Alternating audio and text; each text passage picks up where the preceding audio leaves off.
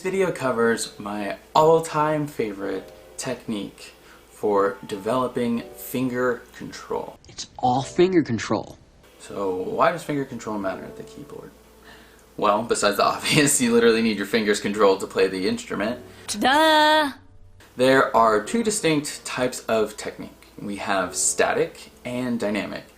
Static is referring to technique where your hand does not move. Dynamic is referring to movement. Very often, students are either unaware of static technique or they do not work enough on it, so when their songs require more dynamic technique, there's a severe breakdown either in their artistic ability or they just can't play the music at all. But you are in the right place. If you watch this video and apply the technique that I'm going to show, your static technique will dramatically improve, and thusly, your dynamic technique will as well. More! Like all technical-based pursuits, we need to learn to walk before we learn to run. Walk, don't run. What does that mean in relationship to piano? Basically, we have to learn how to play with controlled fingers, but a relaxed wrist. Our fingers control the pressure and the speed at which we play, but the wrist being relaxed will allow us to transition into that dynamic technique that I was talking about a second ago.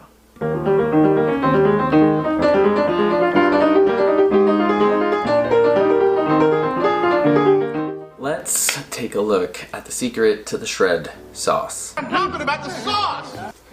The secret is quite simple. It is a physical reminder of what your hand should be doing in the position that it should be in.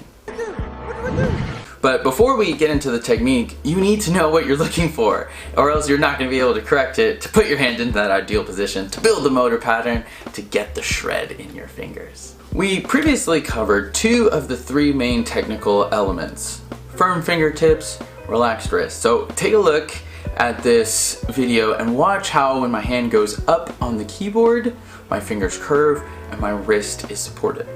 But what am I doing? What am I doing? What am I doing? But there's one very, very important element of technique that we are missing, and that is body awareness. Am I missing something? By body awareness, I simply mean, what is your body doing? Is it tight? Is it tense? Or are you relaxed? You gotta relax, let your weapon be an extension of your body. You know, so often I'll tell my students, okay, pick up your wrist. I'm like, ugh! You know, the wrist is all the way down here. The shoulder, the elbow, none of that stuff is connected. But when you're first learning a fine motor skill, like playing piano, it's really hard to break down those, you know, the connection from the brain to the fingers instead of moving everything else. So when I'm saying body awareness, make sure that when you're sitting, and these are the most common things, you know, are your elbows coming up? Are you holding up your shoulders? Are you rounding your back? Are you doing anything with other parts of your body to hold up your hand other than curved fingers, relaxed wrist? So by now, I'm sure you're probably like, dude, get to the point. What do we need to do to get this technique secret? It's one word: quarters. That's it, quarters. Quarters. Yeah. What do I mean by that? I love this practice technique because my grandma actually showed it to me when I was a kid. I used to hate it. Like, I hate this, I hate this, I hate. It used to drive me so insane. And maybe that's why I make all my students do it now. But it works. She was right, it works. It works. It works! We need a physical reminder, that's what I was saying earlier, of what our technique is. So simply by doing a static technical exercise and placing a quarter on the top of our hand provides that feedback.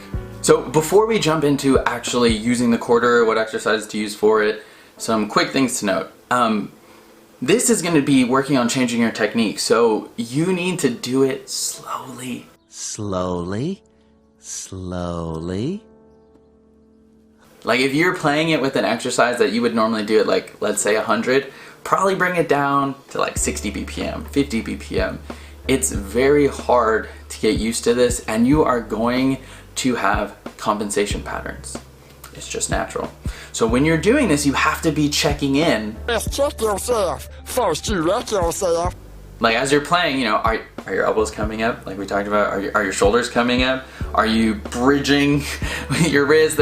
People do all kinds of interesting things as they're trying to filter out and filter into the correct motor pattern we need to play. Just be aware, be aware. Take a second, reset, and then try again. Just merely telling yourself, this is wrong what I'm doing right now, this is correct, will pay dividends later. Now for the exercises we are going to use them with. You can do it with a bunch of stuff, a bunch of things, but we are just gonna look at two things today. Finger strength and steps and skips. These are both videos within my Learn Piano Now bootcamp series, so if you need a refresher on how to do these or the finer points, check that out. We are just covering how to implement quarters into these two particular exercises. And you know, you can do this with any static technique exercise. So I'm not saying these are the only two things you can do it with, but just make sure any exercise you do it with is a static exercise. Your hands don't move. Just these guys. All right, so the first one we're gonna be looking at is finger strength. We're gonna start with our right hand. Notice, and this is really important, just hold the position for a second. You know, if your hand is not a balanced tabletop, that quarter is gonna fall before you even play a note. So my hand's in position, and before I start, I have a lot of students do this sometimes when they have trouble with the exercise. Take a breath and let your hand fall. If your fingers are curved, the wrist is gonna hold itself up for you.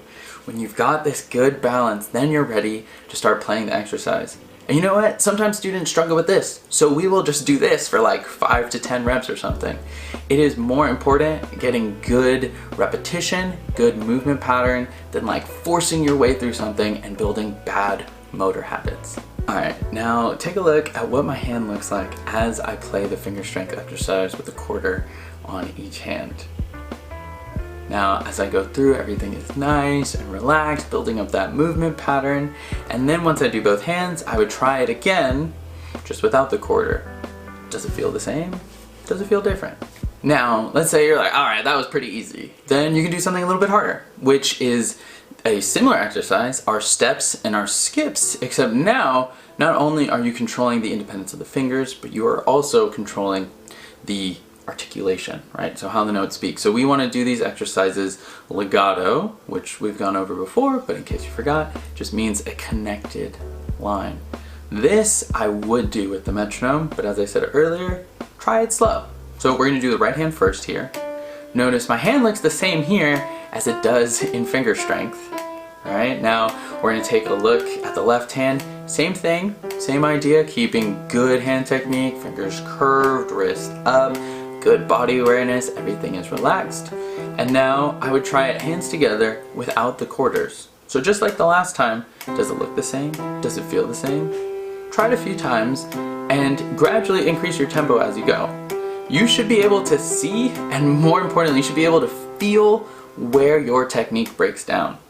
And this is the tempo you want to take a note of, and then just play like 5 to 10 below that. You want a comfortable tempo that, you know, is challenging. You may make a mistake or two, but you can hold the position and you can hold the technique in.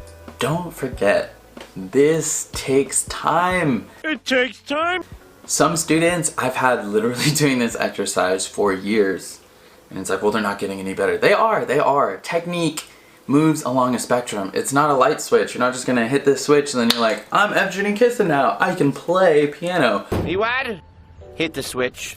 No one's technique, and including, definitely including my technique, is perfect. It's something that we're always working on, always striving for, and I guess I should just say, don't be too hard on yourself. You know, you're gonna notice tiny things in the playing. Like for instance, sometimes students can hold the position really well here, but then as soon as their fingers kind of hit the keys, they're unable to maintain their curvature. So the loaded spring characteristic of the finger is unable to maintain that tension and it pops out. But the quarter is gonna show you, you're gonna feel it kind of move when your fingers can't maintain that. You know, and this is just one of the innumerable things that the quarters exercise will show you. You know, take note, try and be aware of it, try to exercise this slow, and be kind to yourself. Now, I suppose you could learn to love yourself. Piano is a process of constant correction, sometimes frustration, but permanent joy if you can get over a few of these technical hurdles. That is a wrap for this quartered video. I really hope you learned something cool with this. Like I said, I love this technique, and when I first got it, I really didn't like it, but you know what? I learned to love it. We're doing this whether you like it or not. Because it 100% made me better and just developed a great technical foundation at the keyboard. It's still not perfect. I still need a lot of work, as does any musician, but you know what? That is why we're here. Love it. So don't forget, like, comment, subscribe, let me know what you think. You know, any other exercises that you may want to try it with, let me know how it goes. Let me know if there's things that you notice now about your playing. So as always, check out the link to the shop below. There's always some sick merch if you would like to support the channel. Like, comment, subscribe, feed the algorithm, and keep practicing. Stay powerful, y'all.